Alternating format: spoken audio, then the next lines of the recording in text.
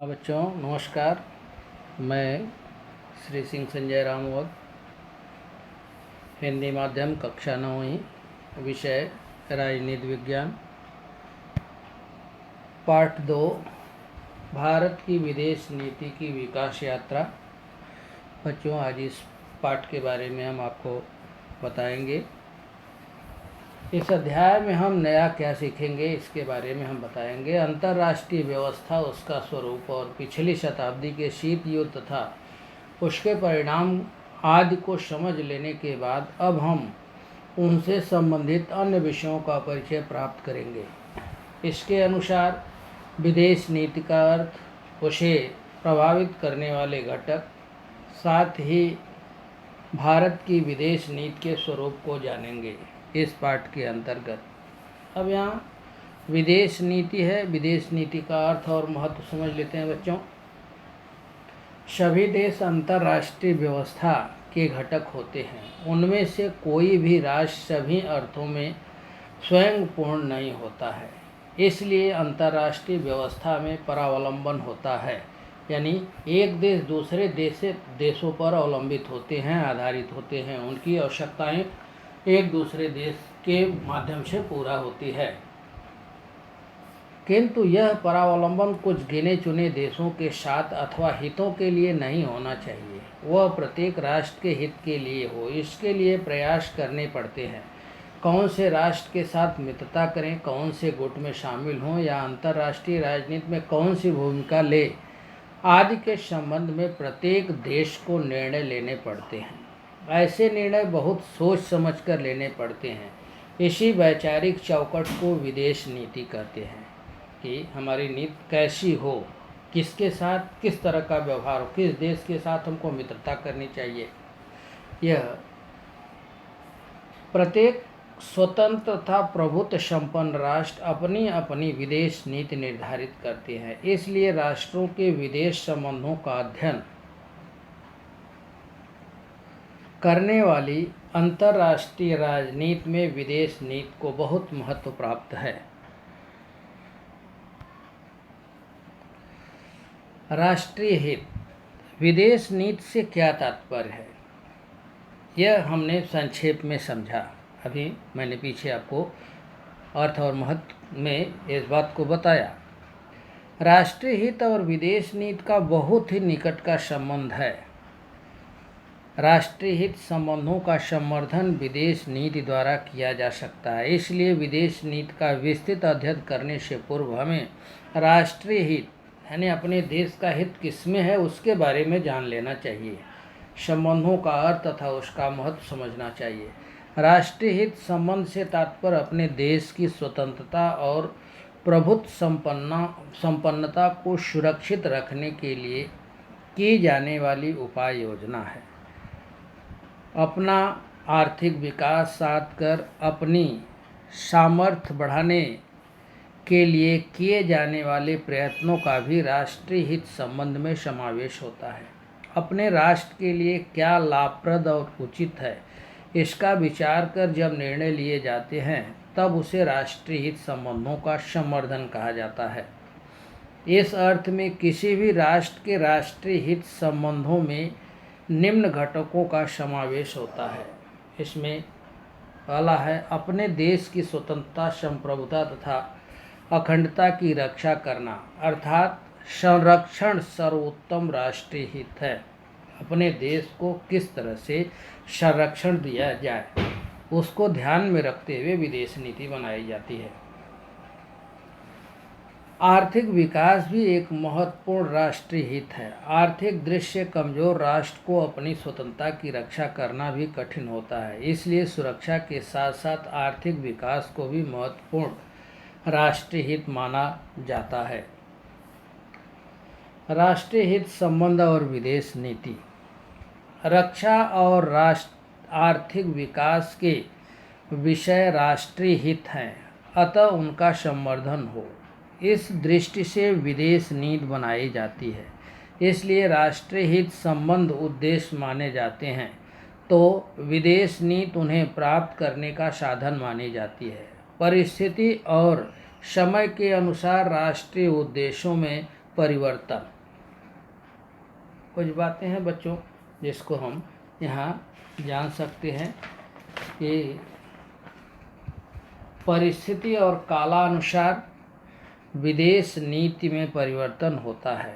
फिर भी कुछ देशों की विदेश नीति कुछ शाश्वत मूल्यों पर अंतर्राष्ट्रीय आधारित होती है। जैसे भारत की विदेश नीति अंतर्राष्ट्रीय शांति, मानवाधिकार, सुरक्षितता इन मूल्यों पर आधारित है।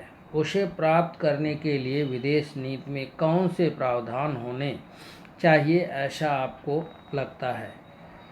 तो परिस्थितियों और समय के अनुसार राष्ट्र उद्देश्यों में परिवर्तन होते रहते हैं। उसी के अनुसार राष्ट्रीय हित संबंधों में भी परिवर्तन होते रहते हैं। इन परिवर्तनों का प्रतिबिंब विदेशी नीति में दिखाई देता है। इसलिए विदेश नीति प्रवाही होती है।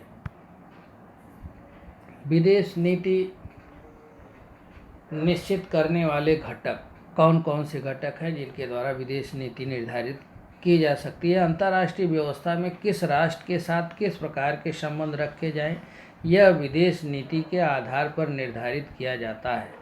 परंतु विदेश नीति निर्धारण के समय अनेक घटकों का उस पर परिणाम होता है। इन घटकों को हम क्रमशः इस तरह से पढ़ते हैं। पहला, देश का भौगोलिक स्थान।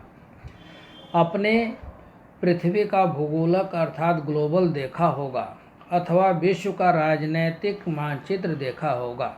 इसके आधार पर किसी भी राष्ट्र का भौगोलिक स्थान आपको दिखाई देता है। कुछ देश अन्य देशों से बहुत दूर हैं तो कुछ राष्ट्रों के आसपास कई पड़ोसी राष्ट्र हैं। कुछ राष्ट्रों को समुद्री तट प्राप्त है तो कुछ राष्ट्रों के पास भरपूर खनिज संसाधन है। संक्षेप में विदेश नीति निर्धारित करते समय देश का आकार, जनसंख्या, भूमि की गुणवत्ता, देश का समुद्री किनारा, प्राकृतिक संसाधन की उपलब्धता, इन सभी बातों का विचार करना पड़ता है।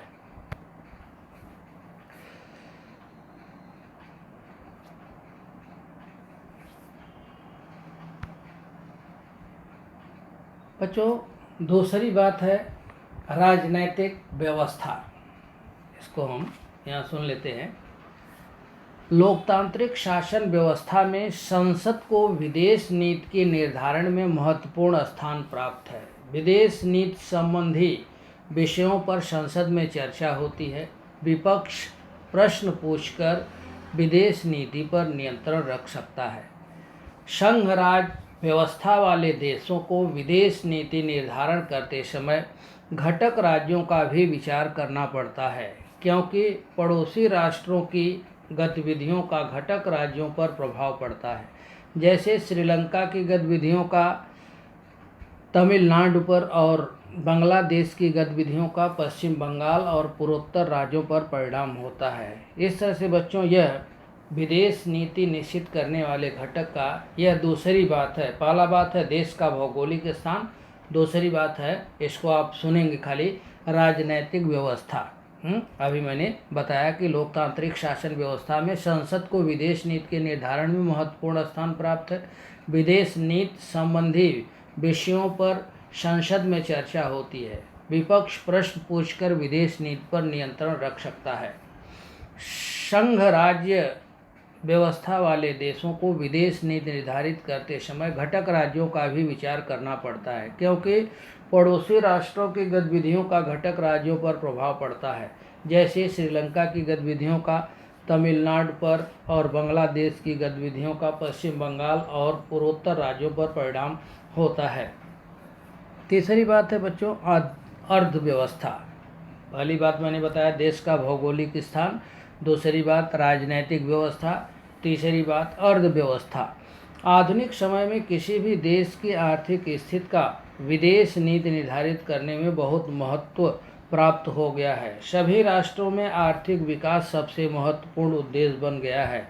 इस कारण अर्थव्यवस्था का विदेश नीति पर दो प्रकार से परिणाम होता है। पहला, देश की अर्थव्यवस्था मजबूत करने हेतु अन्य राष्ट्रों से प्रस्थापित किए जाने वाले आर्थिक संबंध, आयात निर्यात, वैश्विक व्यापार में सहभाग आदि बातें विदेश नीति तय करती हैं। दूसरी बात है, वर्तमान वैश्विक व्यवस्था में आर्थिक सुरक्षा के मुद्दे राष्ट्रीय सुरक्षा की तरह महत्वपूर्ण माने जाते हैं। आर्थिक सुरक्षा जितनी मजबूत होगी, राष्ट्र को उतने ही सामर्थ्यवान राष्ट्र की मान्यता मिलती है। मजबूत अर्थव्यवस्था वाले देश कम परावलंबी होते हैं तथा वे स्वतंत्रतापूर्वक विदेश नीति का निर्धारण कर सकते हैं। बच्चों, इसके साथ 3 बातें मैंने अभी बताया। पहली बात देश का भौगोलिक स्थान, दूसरी बात राजनीतिक व्यवस्था, तीसरी अर्थव्यवस्था, चौथी बात है राजनीतिक नेतृत्व। विदेश नीति निर्धारण में राष्ट्रपति, प्रधानमंत्री, विदेश मंत्री, रक्षा मंत्री, गृह मंत्री का सहयोग होता है। विदेश नीति की निरंतरता बनाए रखकर उसे सुधारने का प्रयत्न इन पदों के व्यक्ति करते हैं। जैसे पंडित जवाहरलाल नेहरू ने भारत की विदेश नीति में गुट निरपेक्षतावाद को बढ़ावा दिया। अटल बिहारी वाजपेयी ने भारत चीन संबंध सुधारने में बड़ा योगदान दिया। 5वीं चीज़ है बच्चों, प्रशासनिक घटक।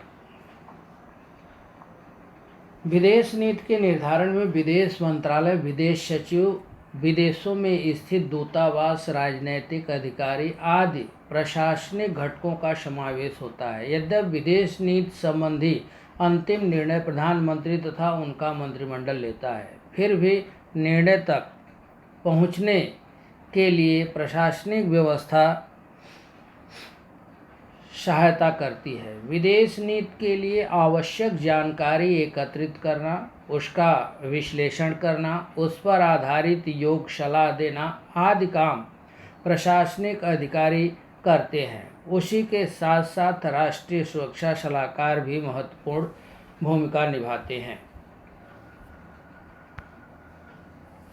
भारत की विदेश नीति के बारे में बच्चों जानेंगे हम कि विदेश नीति संबंधित प्राथमिक जानकारी देने के बाद अब हम भारत की विदेश नीति के संबंध में जानेंगे।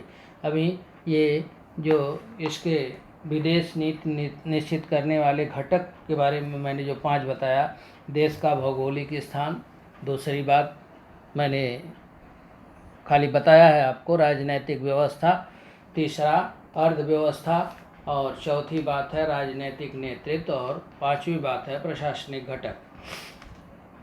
तो भारत की विदेश नीति वर्ष 1947 में भारत को स्वतंत्रता प्राप्त हुई, आप बच्चे जानते हैं आप लोग, और तभी से भारत ने स्वतंत्र रूप से अपनी विदेश नीति निर्धारण की शुरुआत की। भारतीय संविधान के नीति निर्देशक सिद्धांतों में शासन विदेश नीति को कैसे निर्धारित करे, इस विषय में प्रावधान किया गया है। नीति निर्देशक सिद्धांतों में धारा 51 के अनुसार विदेश नीति की यह व्यापक चौखट स्पष्ट की गई है। उनके अनुसार भारत अंतर्राष्ट्रीय शांति तथा सुरक्षा को प्रधानता दे, अपनी अंतर्राष्ट्रीय समस्या अथवा विवाद शांति के मार्ग से हल करे, अन्य राष्ट्रों से मित्रतापूर्वक संबंध रखे तथा अंतर्राष्ट्रीय कानून का आदर करे। यह भी हमारी विदेश नीति का उद्देश्य माना गया है। भारत की अब तक की विदेश नीति इसी चौखट में विकसित हुई है। बच्चों, कुछ प्रश्न आते हैं तालिका पूर्ण करने के लिए। इसमें जैसे मैंने एक एग्जाम्पल लिया है कि इसमें क्रम दिया गया है, नाम दिया गया है, योगदान दिया गया है, पहला, दूसरा, तीसरा, चौथा, 5वां आपको ब्लैंक दिख रहा है, नाम वाले में 6वां ब्लैंक दिख रहा है। तो योगदान, जैसे लाल बहादुर शास्त्री ताशकंद समझौता किए थे, इंदिरा गांधी डैश डैश दिया गया है, माने उसको आपको भरना है। राजीव गांधी, ये भी डैश डैश है, आपको भरना है। अटल बिहारी वाजपेयी, ये भी ब्लैंक है। फिर यहाँ योगदान में दिया है पूर्व की ओर देखिए नीति, और 6वें में है अंतर्राष्ट्रीय स्तर पर भारत में निवेश बढ़ाने के प्रयत्न। यह दोनों नाम आपको देने हैं और यहाँ इनका योगदान देना है 3 में। तो इसका हमने उत्तर भी इस तरह से लिया है कि लाल बहादुर शास्त्री ताशकंद समझौता, इंदिरा गांधी शिमला समझौता, राजीव गांधी भारत श्रीलंका समझौता, अटल बिहारी वाजपेयी ने लाहौर घोषणा पत्र, और नरसिम्हा राव पूर्व की ओर देखिए नीति तथा नरसिम्हा राव का ही अंतर्राष्ट्रीय स्तर पर भारत में निवेश बढ़ाने के प्रयत्न। तो बच्चों इस तरह से प्रवाह तालिका पूर्ण करने के लिए आएगी, उसमें कुछ ब्लैंक रहेंगे, उसको आपको करना पड़ेगा। इस तरह के प्रश्न भी पूछे जाते हैं। धन्यवाद।